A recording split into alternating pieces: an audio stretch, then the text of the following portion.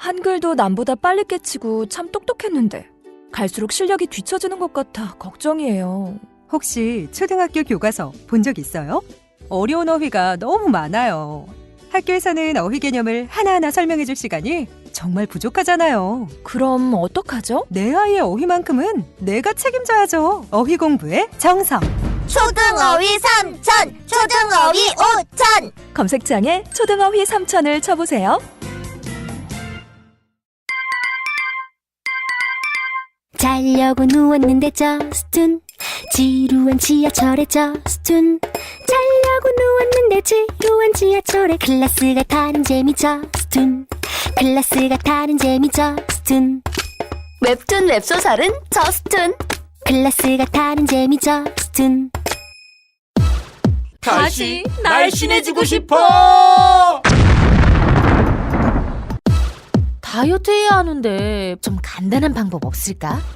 1522-6648 1522-6648 혹은 비타샵을 검색해주세요. 야, 이 부장! 네가 부장이면 땅이야? 뭐?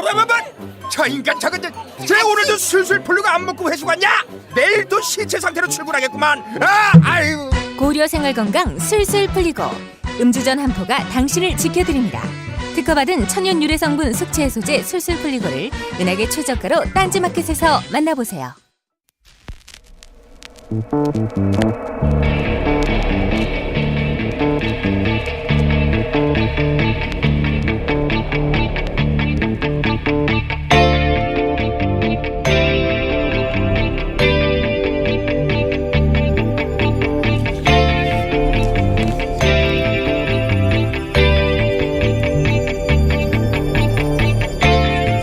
안녕하세요, 김호준입니다. 어제 허위 난민 신청을 대행해준 국내 브로커 조직이 검찰에 의해 적발됐습니다. 난민 관련 국내 뉴스는 이렇게 대부분 부정적입니다. 우린 난민을 대체로 잠재적 테러리스트, 불법 체류자로 간주하죠.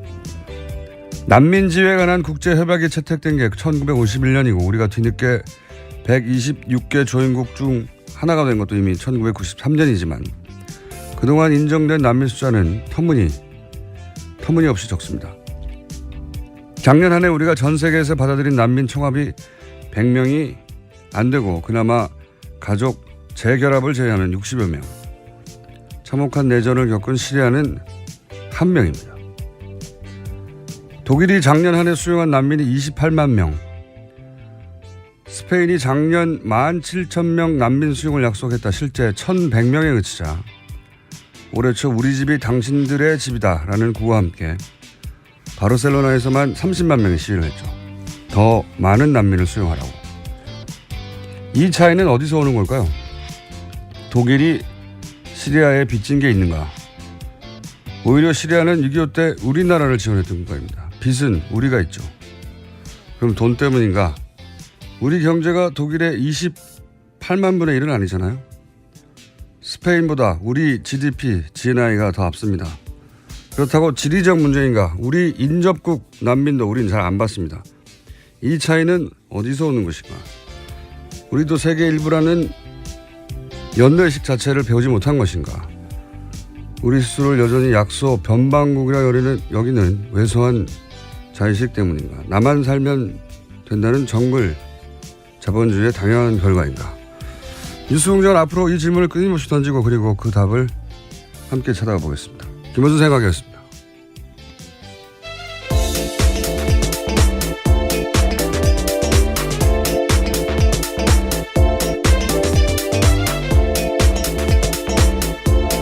시사인의 김은지입니다. 예. 자, 오늘은 바빠요.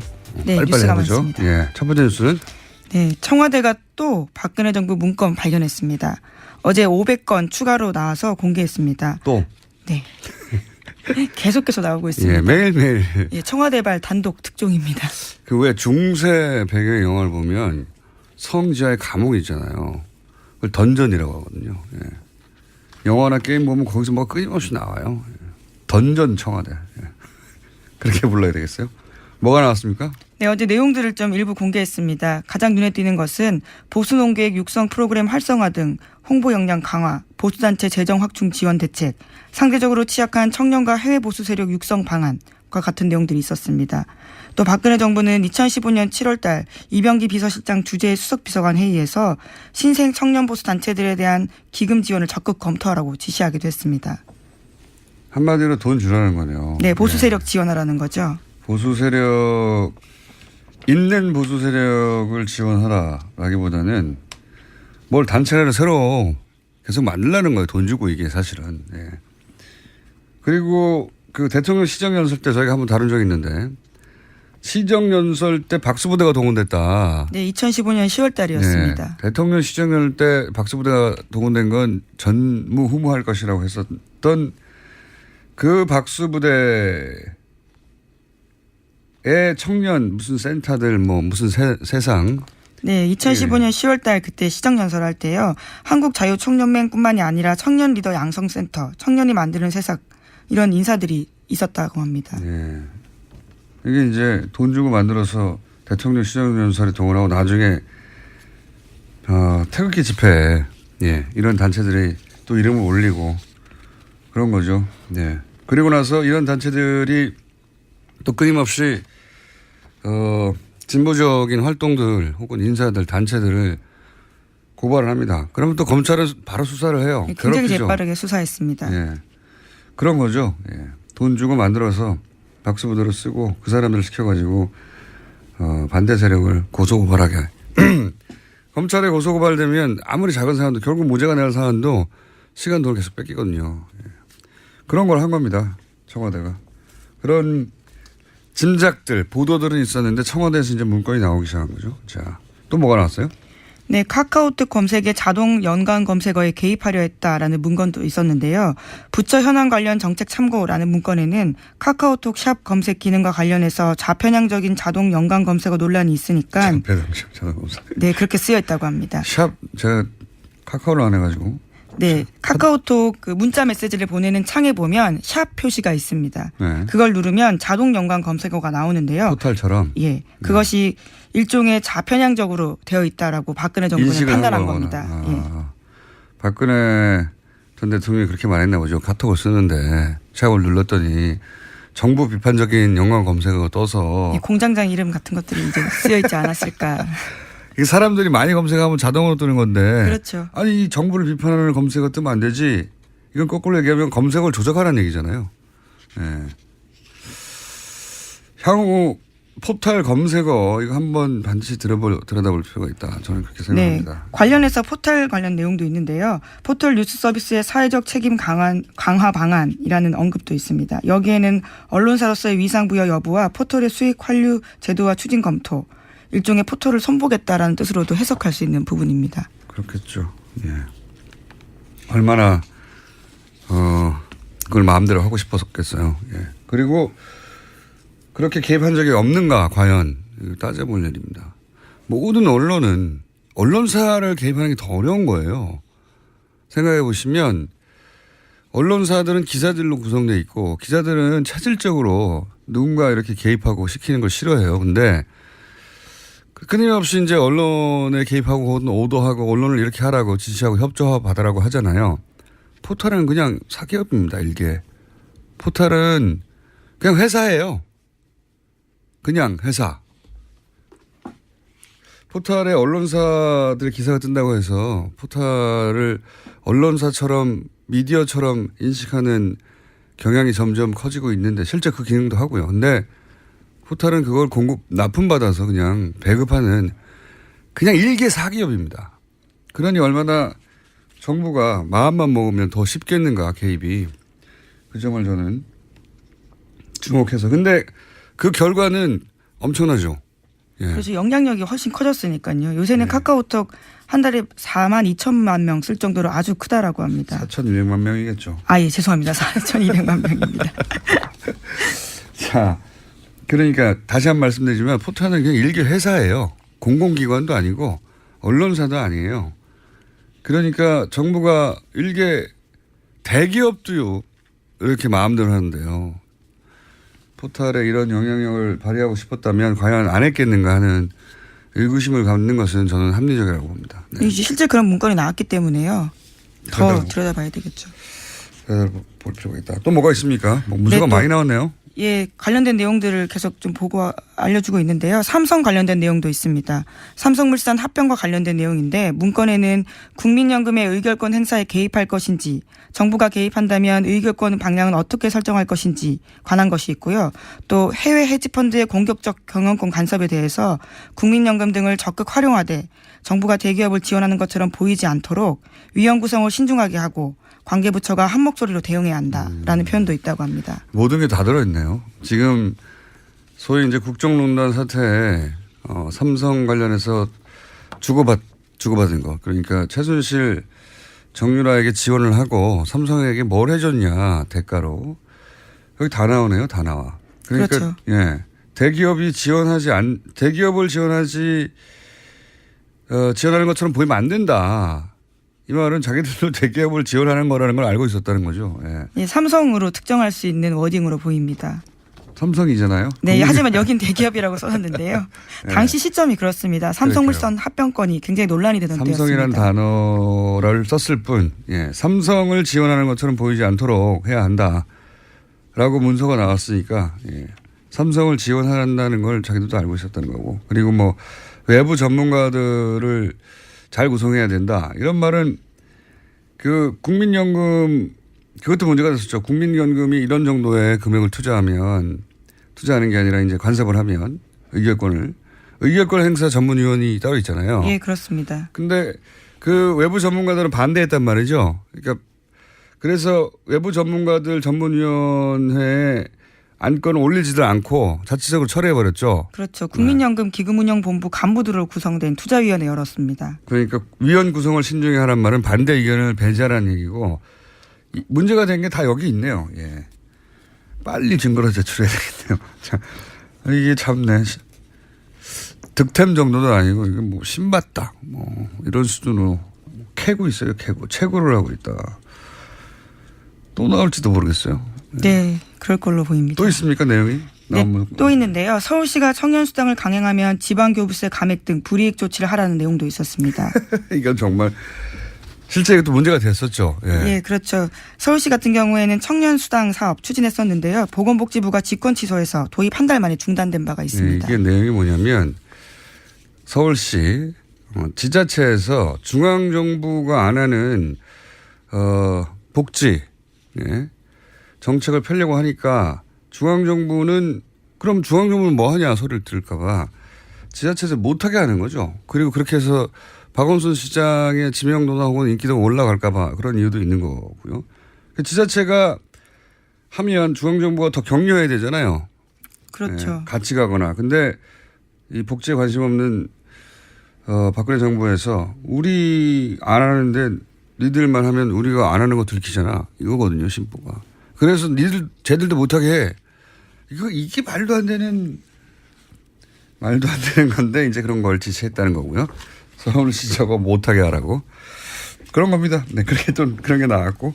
자, 관련 뉴스 또 있습니까? 네, 그래서 검찰은 청와대 문건을 수사하는 서울중앙지검 특수일부의 검사 수를 늘렸습니다. 모두 8명으로요. 일선 검찰청 특수부 2개 부서를 합친 규모입니다. 늘려야 되겠네요. 이거 수천 건이 나오니까. 문건 관련 뉴스가 많네요. 또 있어요? 네, 이에 대해서 최순실 씨 쪽 입장도 나왔습니다. 어제 이경재 변호사가 재판에서 한 말인데요. 청와대 캐비닛 문건이 기습적으로 증거로 제출되면 피고인의 방어권이 원천적으로 봉쇄된다면서 그렇게 하면 안 된다라고 주장한 겁니다.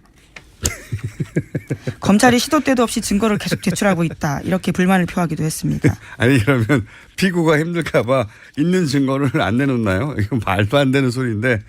예. 그리고 방어권 방어하라고 변호사가 있는 겁니다. 그렇죠. 예. 피고인 방어를 위해서 변호사가 역할을 해야 합니다. 힘들어진다는 얘기기도 하고요. 예. 증거를 이렇게 많이 내면 어떡하냐 이런 얘기기도 하고요. 예. 당연히 증거가 있으면 추가 제출해야죠. 피고가 힘들까 봐 있는 증거를 내놓지 않는다는 게 말이 되나요? 말이 안 되는 얘기였고요. 자, 한 2분 내에 저희가 오늘 게스트가 많기 때문에 2분 내에 제목 싹 스크린하면서 지나가죠. 예, 그러시죠. 어제 정부 조직 개편안 통과했습니다. 국회를 통과했습니다. 그래서요, 미래창조과학부는 과학기술정보통신부로 바뀌었습니다. 또 중소기업청과 국가보훈청은 장관급으로 격상됐고 국민안전처가 없어졌습니다. 소방청이 독립해가지고 외청이 됐죠. 네. 경호실은 격하됐고요. 낮은 경호하겠다라는 대통령의 의지가 나온 거죠. 소방청 독립된 사안은 사실 한번 따로 다룰 만한 일이어서 저희가 조만간 인터뷰를 발의한 이재정 의원을 한번 해볼까 합니다. 자, 다음 뉴스는요. 예, 방산비리 관련된 소식 계속 전해드리고 있습니다. 하성룡 항공우주산업 대표, 그러니까 카이 대표가요, 2012년 새누리당 대선 후보 경선 때 박근혜 후보에게 거액의 정치 후원금 냈다고 경향신문이 아침에 보도했습니다. 네, 방산비리 카이 계속 나오고 있는데 네, 박근혜 후보하고 잘하지 않냐라고 말했던 분인데 이분은 이제 비리가 내부 횡령 비리가 10억 대가 있었는데도 불구하고 어떻게 대표가 됐지 했더니 뭐 이런저런 뒷이야기들이 지금 나오기 시작하네요. 네. 네, 그래서 어제 사임했습니다. 대표이사에서는요. 그리고 또 검찰은 하 사장의 측근인 사임방, 속칭 사임방이라고 하는데요. 핵심 임원들을 소환 조사하기 시작했습니다. 소환 조사 해야 되겠죠. 예. 또 네, 감사원은 FX 사업의 감사 기간을 한 차례 또 연장했습니다. 이례적으로 3차례나 연장했고요. 애초에 20일 예정돼 있었던 감사를 100일 넘겼습니다. 이것도 굉장히 큰 사업이거든요. 차세대 사업. 조 단위로 들어가는 사업이고 감사를 제대로 하자면 잠사할 게 정말 많을 거예요. 예. 이게 10조 단위가 넘어가는 사업이라 뭔가 돈이 100억대가 새도 잘 보이지도 않는 사업이에요. 그런데 몇백억씩 샜겠죠. 그리고 그 새는 곳이 다 국내도 있지만 해외도 많아요. 해외로 돈이 나가는 사안까지 체크하려면 감사 기간이 길어지겠죠. 예. 하나 정도 더 하고 지나갈 것 같습니다. 네, 판사 블랙리스트 의혹 규명을 요구하면서 현직 부장판사가 사표냈습니다. 최한돈 인천지법 부장판사인데요. 전국 법관 대표회의에서 판사 블랙리스트 등 조사하기로 한 현안조사위원장이었는데요. 이번에 사표를 낸 겁니다. 그렇군요. 이 사안은 저희가 현직 판사님 한 분을 저희가 3부에서 현직 판사, 전직 판사들은 저희가 국회의원이나 또는 백수로 계시는 이정열 판사님이나 아니 사무장이신데요. 판사로 나와서 변호사를 안 하면 백수라고 쳐야 됩니다. 네, 어쨌든 많이 모셨는데 현직 판사를 저희 라디오에 모시는 건 처음입니다. 굉장히 이례적인데 차성한 판사님을 저희가 3부에서 모시기로 하겠고 오늘은 여기까지 하겠습니다. 자, 인사하기 전에 미니 인터뷰. 원래 저희가 금요일에 쇼미더머니 안원구 전 대구청장님과 함께 하는 쇼미더머니 시간이 있는데 지금 이제 안민석 의원하고 유럽에 가 계시거든요. 예. 그 비자금 추적 때문에. 그래서 미니 인터뷰를 짧게 하려고 이렇게 급하게 달려왔습니다. 여기까지 아주 시사인의 김은지였습니다. 감사합니다. 자, 이미 연결돼 있군요. 예. 최순실 해외 도피 재산 추적을 위해서 유럽을 방문 중인 우선 왜 안민석 의원님을 연결하죠? 안원구 전장님 얘기인데 안민석 의원님이 지금 잠시 연결돼 있습니다. 안녕하십니까? 네, 대한민국 정치인 최초로 리텐슈테인 조세 피난국이죠. 네네. 리텐슈테인을 방문한 안민석 의원입니다. 리텐슈타인입니다, 의원님. 슈테인이 아니고. 리텐슈테인. 네, 알겠습니다. 어쨌든 방문하셨군요. 굉장히 소국이죠. 지금 현재는 어디 계십니까? 지금 헝가리에 와 있고요. 아, 헝가리요? 제가 리텐슈테인 이야기를 드린 이유는 여기서 이제 금융감독원 담당자를 만났는데요. 리텐슈타인에 전 세계에 블랙머니가 아주 숨겨져 있는 유명한 조세 피난국으로 알려져 있는데요. 도대체 어떤 나라일까 참 궁금했거든요. 조그만 왕국이죠. 왜 그렇게 어떤 국가 정책으로 이렇게 독재 국가라든지 그러니까 돈 많은 부자들의 그 돈을 또 검은 돈을 숨겨주고 있을까 그런 것들에 대한 설명을 쭉 들었는데 재미있는 것은 앞으로 우리나라 정부 차원에서 예를 들면 이제 금융감독원이나 검찰에서 또 국세청에서 우리나라 사람들 관련한 금융 자료를 요청하면은 어떤 정부 당국 대 당국 차원에서 자료를 공개할 수 있다. 예. 그런 이야기까지 듣고 왔습니다. 아, 그러시군요. 방문해서 대표적으로 뭐 여러 번 방문하셨지만 이번 방문에서는 주요하게 어떤 일을 하셨습니까? 두 가지인데 첫째는 최순실 은닉재산 추적 이제 기존에 쭉 해왔던 거죠. 제가 이번에 4번째 독일을 왔거든요. 예. 이 최순실의 독일의 은닉재산을 추적을 지속적으로 하는 것 하고요. 두 번째로는 이 최순실 은닉재산의 최초의 뿌리 출발점으로 추정되는 그 박정희 비자금의 존재 이것에 대한 단초를 얻기 위해서 왔는데요. 독일 프랑크푸르트에서 난 교포에게 아주 그 흥미로운 제보를 받았어요. 작년에 최순실 씨가 한국 들어오기 바로 직전이었던 것 같아요. 자기 식당에 최순실 정유라 애기 그리고 보모 요렇게만 또 운전기사 요렇게만 밤 늦은 식당 문 닫을 시간에 와서 지금 스위스를 다녀오는 길인데 밥을 달라는 식사를 달라는 이제 요청을 받았다. 아마 자기 생각으로는 지금 보니까 스위스 은행을 다녀오는지 않았나 그렇게 의심된다. 그러한 이제 제보도 받았고요. 또 1976년도에 박정희 시대죠. 박정희 시대에 스위스의 외환은행 사무실이 개소됐다는 그런 이제 그 현지 교포은행가의 제보를 받아서 쭉 이제 추적을 했는데 사실로 확인됐고요. 마침 이번에 스위스 쯔리히에서 그 외환은행 사무소가 있던 그 건물을 이제 확인을 했어요.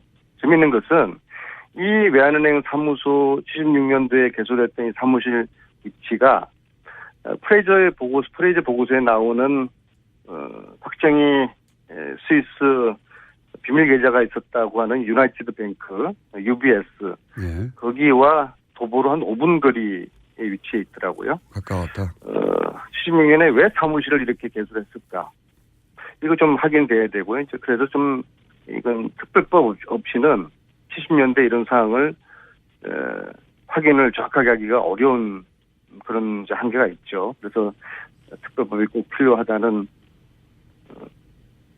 생각을 알겠습니다. 하게 되었습니다. 의원님, 네. 옆에 안한군 총장님 계십니까?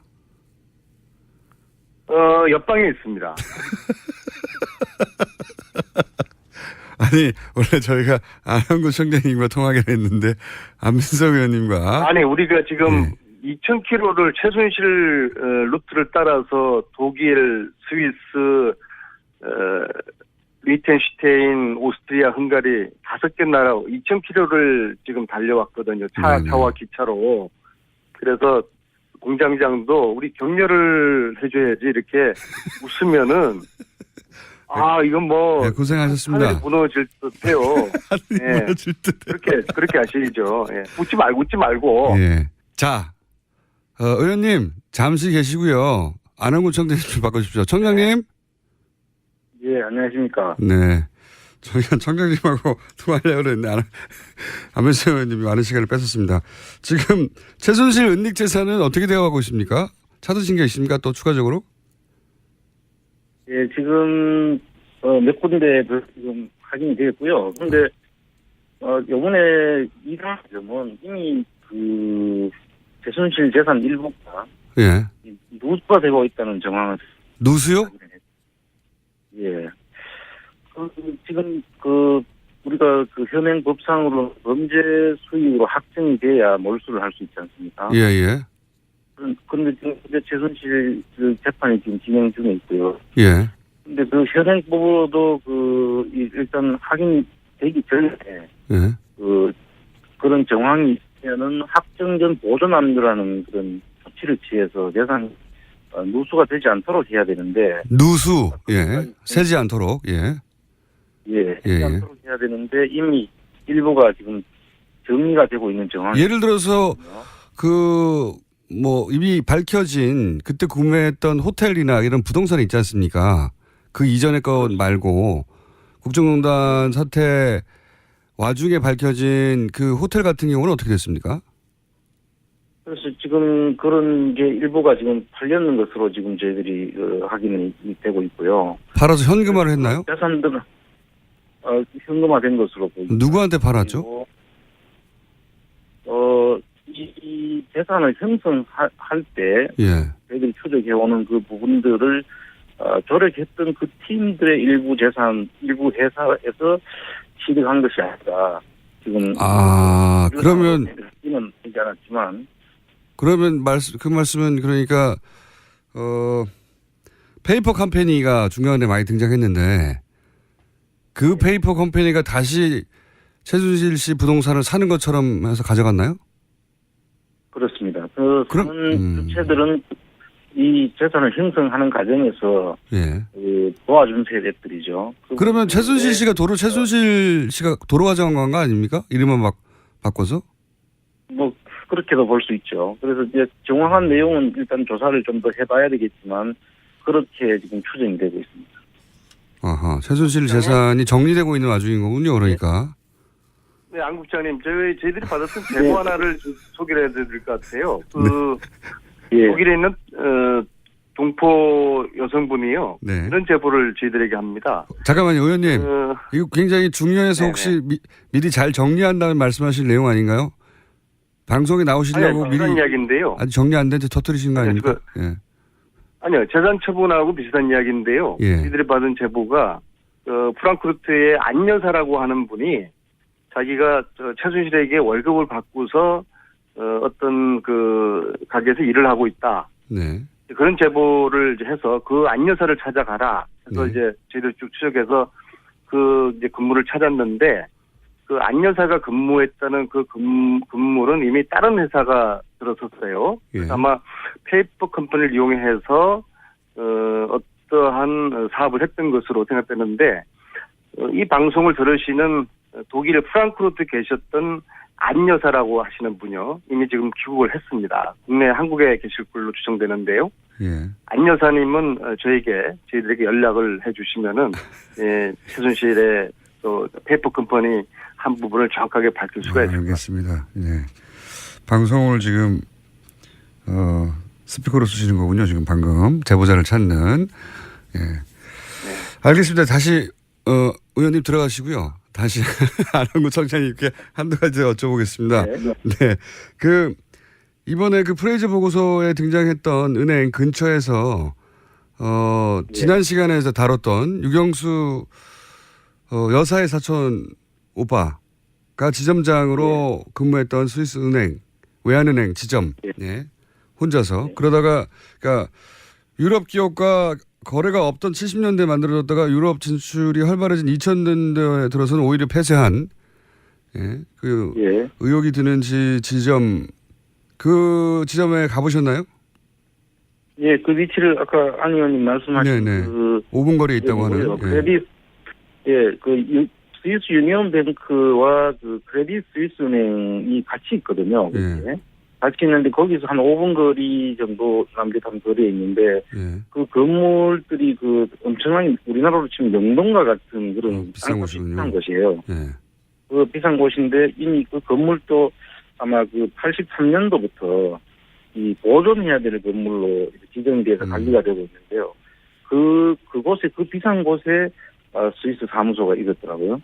거래도 없는데. 당시에는 우리나라 거래가 전혀 없는데 그만한 돈을 거기에 투입할 이유가 있었는지와 또 정작 지금은 우리나라 기업들도 일부 있고 거래가 있습니다 한데도 지금 그 폐쇄를 했거든요. 그래서 그걸 이야기해주는 그 스위스의 그 은행원을 오래된 그 경력을 가진 은행원을 제가 만났는데 자기도 봐도 전혀 이해가 되지 않는다고 애들한테 이야기를 해줬습니다. 알겠습니다. 자세한 이야기는 돌아오시면 듣고요. 마지막으로 한 가지만 더 여쭤보면 그 오랜 시간 지금 자비로 지금 계속 그 추적하고 계신데 거기 유럽에서 뉴스공장에 출연한 이후에 유럽에 갔더니 달라진 점은 없었습니까 혹시 총장님? 많이 달라졌죠. 어떻게 달라졌습니까? 여기 와서 놀란 게, 예. 호수공장 신도들이 참 많더라고요. 팬이라고 해서.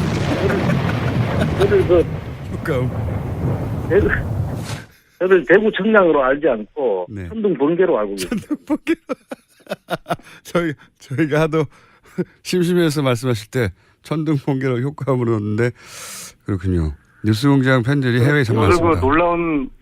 저도 놀라운 안민석 의원님 한국인의 돌아오셨네. 길을 실감했고요. 예. 그다음에 우리 지구상 동포들은 뉴스공장을 통해서 세상을 읽는구나 확인을 했고요. 근데 이번에 아쉬운 게 독일 최순실 재산을 도왔던 조력자로 저희들이 추정되고 있지만은 양혜경 전 삼성 유럽 본부장 이분을 이번에도 역시 만나지를 못했어요. 여러 차례 만나려고 노력하셨던 걸로 아는데 이번에도 못 만나셨습니까? 네네. 저희들이 이제 오늘 밤 지새고 다시 프랑크푸르트로 가거든요. 그리고 주말 동안에 프랑크푸르트 있는데 이 방송을 들으시는 양혜경 씨 그리고 양혜경 주위의 분들은 반드시 이번에 저희들을 프랑크푸르트에 만나 주기를 알겠습니다. 집 앞까지 갔어요. 그래서 저희들을 이런 식으로 하면은 회피하는 걸로 저희들 볼 수밖에 없는데요. 이번에 꼭 좀 만났으면 좋겠습니다. 양혜경 전 사장님. 네. 꼭 좀 만나주시죠. 준비된 시간이 거의 다 돼버렸는데. 네. 피하는 자 범인입니다. 네. 안한구 총장님 시간을 다 뺏으셨어요. 안민석 의원님이. 자, 두 분 고생하시고요. 언제 돌아오십니까? 여기 양혜경 사장 만날 때까지 있을 겁니다. 알겠습니다. 다음 저희 뉴스공장 고정 시간에는 두 분 다 돌아오시길 빕니다. 건강하시고요. 수고하십시오. 감사합니다. 감사합니다. 네. 안원구 전 총장님한테 자세히 얘기를 들으려고 했는데 안민석 의원님이 시간을 다 뺏었습니다. 네. 두 분만 남았습니다. 아무도 묻지도 따지지도 않고 가입하셨다고요? 보험은 너무 어려워요. 걱정 마십시오. 마이보험 체크가 도와드립니다. 1800-7917 마이보험 체크로 지금 전화 주세요. 1800-7917 이미 가입한 보험이나 신규 보험도 가장 좋은 조건을 체크해서 찾아드립니다. 인터넷 한글 주소 마이보험.com 또는 카카오톡에서 아이디 검색 마이보험을 친구 추가하여 상담하실 수 있습니다. 모닝똥? 제겐 사치였죠. 내가 토끼인지 토끼똥이 나인지 내가 변을 본 것인지 변을 당한 것인지 나는 바나나이고 싶다. 간혹 구렁이이고도 싶다. 미궁 대장사랑 빅똥의 추억 미궁 대장사랑이 찾아드립니다. 혈중 콜레스테롤 개선과 배변 활동에 도움을 주는 건강기능식품입니다. 검색창에 미궁 대장사랑. 미궁 장사랑 이름 바꿨어요. 프로바이오틱스 12종 추가. 미궁 대장사랑. 골반 잡자 바로 잡자 바디로직 허리 통증 바로 잡자 바디로직 2017년 쿨 썸머 바디로직 라이트 출시. 통기성이 좋아 땀 걱정 없이 한여름에도 쾌적하게. 입은 듯 안 입은 듯 가벼움의 신축성은 그대로. 자세가 좋아지는 골반 교정 타이즈 바디로직. 검색창에 골반 교정 바디로직 라이트.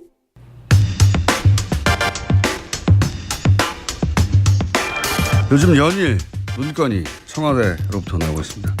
특종을 청와대가 계속하고 있는데요. 자유한국당은 박수현 청와대 대변인을 고발했습니다. 자, 여야 이 문건에 대한 입장이 다른데 저희는 여야 입장이 아니라 전문가의 입장을 한번 들어보려고 이소현 기록학회 회장님 스튜디오에 모셨습니다. 안녕하십니까? 안녕하세요. 예, 기록학회도 있군요. 기록학회하고 기록관리학회 두 학회가 양대학회라고 일컬어지고 있습니다. 하는 일은 똑같나요? 기록학회는 저는 문헌정보학 전공한 사람이지만 역사학 전공하신 선생님들이 좀 많이 계시고 기록관리학회는 문헌정보 쪽 선생님 많이 계시고. 네. 알겠습니다. 양대학회 중에 한 군데 회장님을 저희가 스튜디오에 모시는데 자 이제 이거부터 여쭤볼게요. 이런 기록물에 대한 경험과 사례를 많이 들어보실 테니까 청와대에서 이전 정부의 문서도 계속 나오잖아요. 이거 가지고 이제 처음에는 의인이 남긴 것이다. 그렇게 생각하는 사람들도 꽤 있었는데 그러기에는 너무 많은 문서가 너무 여러 곳에서 계속 나와요. 이걸 가지고 그래서 무슨 음모론적인 차원에서 접근하는 사람들도 있고요. 이렇게까지 많이 남길 수가 있는가라는 사람들도 있는데 우선 기록물을 많이 다뤄본 분으로서 이럴 수도 있습니까? 이런 사례들이 있어요? 공공기관에서 예전 문건들이 막 나온다든가. 서울시에서 서울시청사 레노베이션 하면서 직원들이 다 임시공간으로 옮기고 나서 기록연구사하고 학예연구사 서울역사박물관 학예연구사 2명이 2인 1조로 이제 전체를 턴 적이 있는데 조선 총독부 시절 문서부터 나왔습니다. 조선 총독부 시절. 1933년 조선 하천조사연표부터 나왔어요. 그러니까 사무실마다 캐비넷 같은 것들이 항상 거기 있지만 항상 거기 있어서 벽처럼 보이는 가구가 하나씩 있는 거예요. 그렇게 그게 하나 있었고 그래서 세종시로 이제 공공기관 이전할 때는 아예 작정을 하고 이관하는 곳에 이제 이때는 중앙부처 중심으로 처음에 그 기록물 관리 연구사들이 다 배치가 된 상황이었으니까 이런 걸 다 알고 다 사무실 직원들 이사한 다음에 다 털어갖고 또 엄청난 거 많이 찾아냈죠. 아하. 이거는 흔한 일은 그러니까 매우 드문 일은 아닌데 이제 이 사실에서 우리가 알아야 될 것은 근데 이제 기록연구사들이 매년 일을 제대로 했다면 이게 매년 털어졌어야 되는 거예요. 아하. 처음 갔을 때 터는 거고 그다음에 매년 터는 거고 예를 들어서 부산시 교육청에서 2010년에 재헌의회 의사록이 나왔거든요. 그게 부산에서 나왔다는 거죠. 재헌의회 때. 예. 그러니까 1948년도 재헌의회 의사록이 국회기록보존소에는 없었는데 부산시 교육청에서 나왔단 말이에요. 그거는 이제 부산시 교육청에 기록연구사가 배치가 돼서 문서고랑 이제 이런저런 공간을 다 털어보니까 뭐가 나왔는데 이제 왜 거기 갔는지는 아무도 모르죠. 또 국회 직원이 뭐 6.25 때 정도에 그걸 들고 피난 갔다가 관공서 어딘가에 맡겼는데 그 건물이 뭐 이렇게 저렇게 기관이 옮기면서 교육청에 관할이 됐다. 이런 시나리오가 좀 가능한 상황이죠. 그러니까 지금 그 박근혜 정부 막바지에 문서를 대량으로 파쇄해서 그러니까 청와대 전 직원이 익명으로 이런 인터뷰를 했거든요. 우리가 다 파쇄했기 때문에 남아있을 리가 없다. 말도 안 되는 얘기죠. 저 같으면 가만히 있을 것 같아요. 네. 범죄 사실을 스스로 인정한 경우이기 때문에. 그러니까요. 자기들이 다 없애버렸는데 어떻게 남았지? 그러나 이런 사례는 굉장히 많다. 그러니까 아니 근데 그거는 처음으로 연구사가 배치돼서 털었을 때 이제 오래된 문서가 나오는 거고 연구사가 배치된 다음에는 이게 원래 학자들 사이에 제가 학문적 용어를 애써 보겠습니다. 네. 어쨌든 매년 한 번씩 그거 조사해야 돼요. 기록물 조사를 원래는. 사무실마다에 부서마다에 있는 기록관리 담당자라는 분들이 있어요. 업무는 딴 게 있지만 이제 서무처럼 그 업무를 맡는 분하고 기관마다 배치되어 있는 연구사하고 이제 팀이 되어서 매년 문서들을 정리해서 목록을 작성하고 폐기할지 보존할지 뭐 이런 거를 정리를 해야 되는데 청와대에서 참여정부 시절 문서까지 나왔다고 하잖아요. 그 얘기는 뭐냐면은 그 이명박 정부 때나 박근혜 정부 때 청와대는 기록관리 업무를 하지 않았다라는 증거다. 저희는 그렇게 받아들이고 있습니다. 전문가들이 볼 때 이거 일을 안 했구만 이렇게 했다고 볼 수가 없어요. 그런데 지금 방금 말씀드렸지만 우리가 다 파기했는데 있을 리가 없어 라는 말이 이게 자기들이 불법을 한 걸 인정한 거 아닌가 싶은 생각이 드는데 맞지 않나요? 그러니까 약간 저는 좀 이해가 저라면 끝까지 말 안 할 것 같은데요. 이게 지금 공무원들이 업무를 수행하다가 뭐 벌을 받을 수 있는 그런 어떤 규정이 많지 않은데 기록물 무단 폐기만은 그래요? 굉장히 큰 벌을 받게 돼 있어요. 대통령기록법에 따르면 대통령 기록물을 무단으로 파기하고 은닉하고 유출하고 막 이러면은 그 7년인가요? 제가 어디 적어놨는데 엄청난 벌을 받게 돼 있는데. 그러니까 이게 상충되는 주장을 하는 거네요. 그렇죠. 우리가 대통령 기록물을 다 파기할 수 있을 리가 없어. 그거는 라는 주장도 하나 있는 거고 또 하나는 대통령 기록물을 그렇게 공개하면 어떡해 이런 주장을 동시에 하는 거 아닙니까? 공개하면 안 된다는 주장을 크게 하기 위해서 말하면 안 될 내용을 말하지 않았나라는 생각이 좀 듭니다. 그러니까요.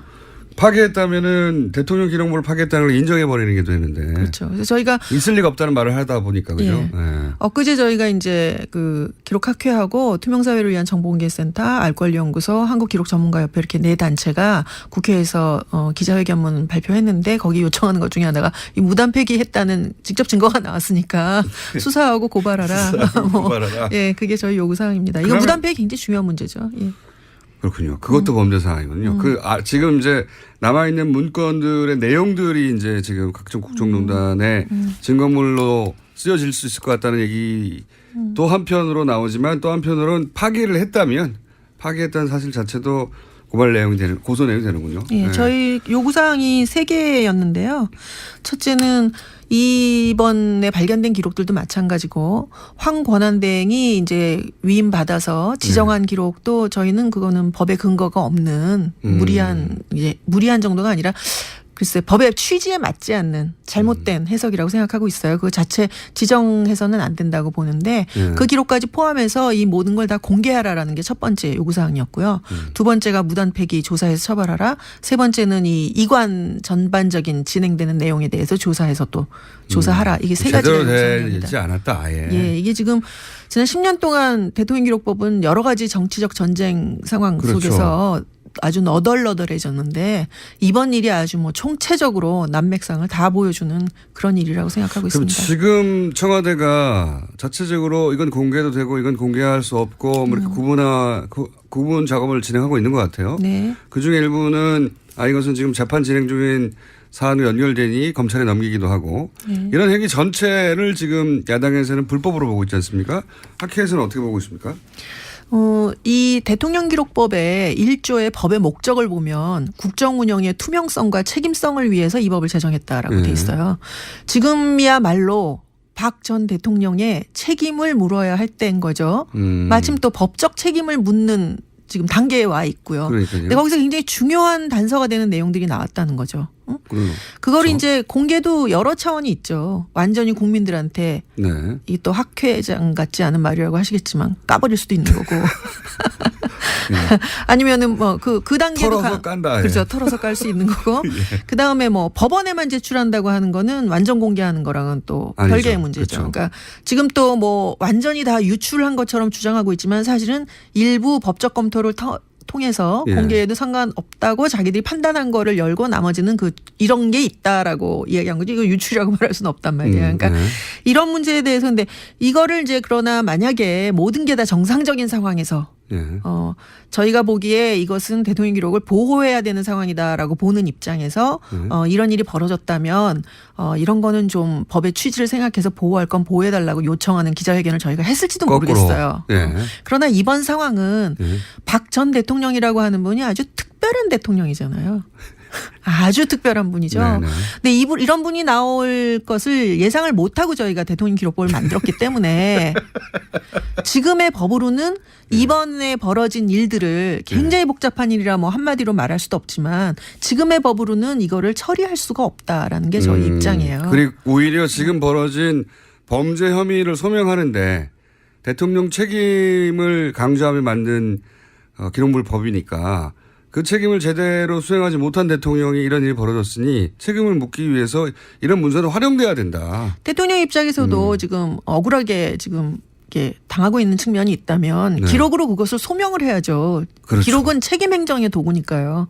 그런데 그걸 그걸 무조건 안 보여주려고 한다거나 그것을 이런 식으로 발견했다고 얘기했다고 해서 막 고발하고 이러면 그분들이 만약에 지금 자유한국당이 이제 박수현 대변인이랑 고발했잖아요. 그분들이 만약에 문서 세단기 이용해갖고 수십 대를 이용해서 파기했다 이런 이야기가 나왔을 때 그 고발도 하고 그렇죠. 이 고발도 하고 그럼 그러니까. 저희가 참 저분들이 기록에 대한 인식이 있으시구나 이렇게 생각해 드릴 수가 있지만 좀 그런 거는 일체 모른 척 하다가 이날 이때껏 벌어졌던 일들을 다 모른 척 파쇄한 하다가 거는 박수 치는 거와 마찬가지로 그리고 내가 파기했다. 심지어는 내가 다 파기했는데 발견했을 수 있을 리가 없다. 라고 말해놓고 이런 말을 해놓고서 이거 고발하는 거는 뭐지 이런 생각 좀 하게 되죠. 뭘 감추고 싶은 거지 이런 생각하게 되죠. 회장님, 네. 저희 방송하고 잘 맞으시는 것 같은데요. 잘 맞는 것 같아요. 목소리도 그러시고. 아하, 그렇군요. 아주 잘 이해가 되고 있습니다. 이런 건 어떻습니까? 지금 만약에 나온 문서 중에 일부를 아예 인터넷에 공개해서 우리가 볼 수 있게 만든다. 이런 것도 가능합니까? 근데 이제 그게 하려면은 할 수도 있겠다 싶은데 이제 저라면 이제 그렇게 권하지는 않을 것 같아요. 이게 지금 발견된 게 처음에 300건 정도였을 때는 모르겠는데 이게 지금 수천 건에다가 앞으로 또 뭐가 더 나올지 모르는 상황이란 말이에요. 그중에 일부 제가 말하는 건 전 국민이 알아도 되겠다 싶은 내용. 저도 궁금하거든요, 사실. 공개를 할 수도 있겠죠. 있습니까? 그러니까 공익적인 목적이라든가 또는 자료를 무조건 숨기는 게 자료에 관한 그 자료를 보관하고자 하는 사람들의 정신이 아니잖아요. 나중에 결국 그렇죠. 활용하려고 하는 것이고. 모든 기록은 전국적으로 공개할 것이 아니라면 굳이 생산해서 관리할 이유가 없다고까지 말할 수 있죠. 결국은 그러니까 나중에 보려고 하는 건데. 지금 문제가 되는 지정기록 제도조차도 이게 뭐 영원히 숨겨두겠다고 영원히 보호하겠다는 제도가 아니라 좀 꺼림칙한 기간 동안에는 가려줄 테니 그거 믿고 많이 생산해라라는 제도예요. 그러니까 그렇죠. 공개를 전제로 한 거죠. 예전에는 정권 바뀔 때만 다 없애버렸기 때문에. 그렇죠. 대통령 만약에 정권이 바뀔 게 염려돼서 꺼림칙하다면 법으로 보호해 줄 테니 문서를 많이 생산해서 차후에도 역사의 기록으로도 참고하고 다음 대통령도 이 회담 때 혹은 이 협정 때는 이런 과정이 있었구나 참고하라 이런 목적 아닙니까? 그렇죠. 문서가 보물이라서가 아니라. 그렇죠. 그런데 지금 제가 이제 이 질문을 드리는 이유는 뭐냐면 국정농단과 관련된 일들은 저희 그 일반 국민 모두가 사실은 관계자거든요. 그렇죠. 네, 촛불 집회에 나가서도 이 국면을 만들어내기도 했고, 그러니까 그거와 관련된 문서 일부는 당장 볼 권리가 있는 거 아닌가 우리가 일부는 뭐 대통령이 아주 비밀스러운 일을 했고 뭐 개인의 신상이 있다든가 그런 거 말고 저희는 사실 성형수술에 큰 관심이 없잖아요. 그런 건 기록물로 없겠죠. 근데 이제 저희가 어쨌든 이 국정농단 사태와 관련하여 그걸 초래한 문서들이 있다. 초래한 내용들. 그건 저희도 볼 권리가 국민이 볼 권리가 있다고 생각이 들거든요. 저는. 일단 뭐 공개하시는 분들 쪽에서는 뭐 공개 여부를 생각해 보실 수 있을 것 같고요. 학자적 입장에서 학자뿐만 아니라 전 국민은 정보 공개 청구를 할 자격이 있어요. 그렇죠. 공공문서에 대해서는. 그래서 이미 이 청와대에서 발견된 문서, 이 발견 문서라고도 부르고 캐비닛 문서라고도 부르는 이 문서들에 대해서 뭐라고 부릅니까? 저희도 캐비닛 문서라고 부릅니다. 다른 자료하고 같이 검색되라고. 캐비넷 문서. 캐비넷이라고 하면 안 나올까 봐. 그래요? 예. 근데 그 캐비닛 문서들에 대해서 이미 정보공개 청구를 했다고 제가 전해드린 게 두 주체가 이제 정보공개 청구를 했어요. 투명사회를 위한 정보공개센터가 했고 그다음에 그 송기호 변호사가 했다고 또 들었는데요. 그럴 법한 분들만 했네요. 그렇죠. 뭐 다른 분들도 다 할 수 있으면 굉장히 쉬워요. 클릭 몇 번이면 착 할 수 있는데 문제는 이제 그 청구를 받게 될 쪽이 아마 대통령 기록관일 것 같아요. 이관을 했다고 하니까.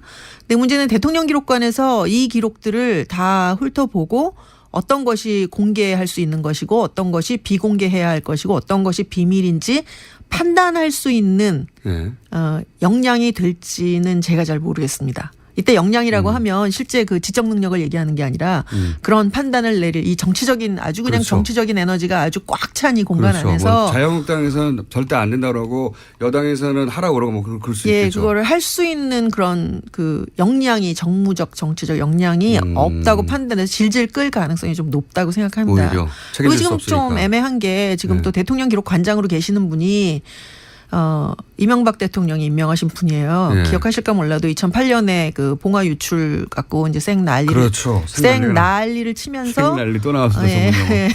법을 대통령 기록법을 또 한 번도 저는 큰 난리라고 하려고 그랬더니 생난리로 네네. 생난리를 근데 그게 대통령 기록법에 뭐가 있냐면은 이미 대통령 기록관으로 이관한 대통령 기록을 좀 보호하기 위해서 대통령 기록을 이관하고 나서 전임 대통령이 임명한 대통령 기록관장이 관장으로 임명이 돼갖고 그걸 보호하는 책임을 지도록 돼 있는데 2008년에 봉화 유출을 핑계로 바꿔버렸어요. 임상영 관장님이라고 노 전 대통령이 임명한 관장을 고소해서 고발해갖고 결국은 뭐 무죄 판명이 났죠. 내쫓은 다음에 그 이명박 정부 청와대에서 행정관으로 일하시던 양반이 이제 대통령 기록 관장이 됐는데 그 이후로 지금 8년째 관장으로 계세요.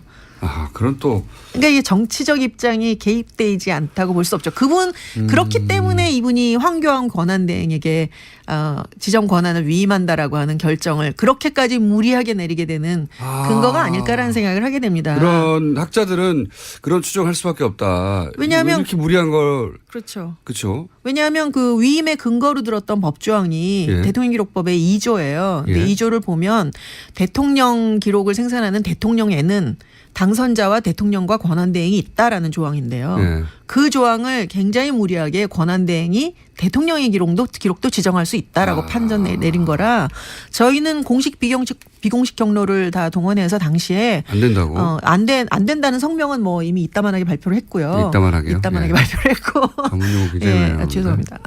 현직 교수님이시고 네, 학회 학회에서. 회장님이시고 그렇죠. 하지만 저희 방송한테 굉장히 잘 맞는 분이셔서 제가 보기에는 저희가 고정 코너를 만들어야 될 것 같다. 이 기록물이 맨날 유출되는 것도 아닌데 어떻게 고정 코너를 만들까. 매일 아침 7시 반에 와야 되나요? 근데 어쨌든 네. 법적 유권 해석을 법제처 해석을 받으라고 했는데 그 말도 안 들으면서 굉장히 무리하게 진행한 거예요. 알겠습니다. 오늘 여기까지 듣겠고요. 여야의 입장 말고 학자들 양대학회 회장님의 입장 이렇습니다. 이수연 기록학회 회장님이었습니다. 감사합니다. 맞습니다. 3부에서 뵙겠습니다.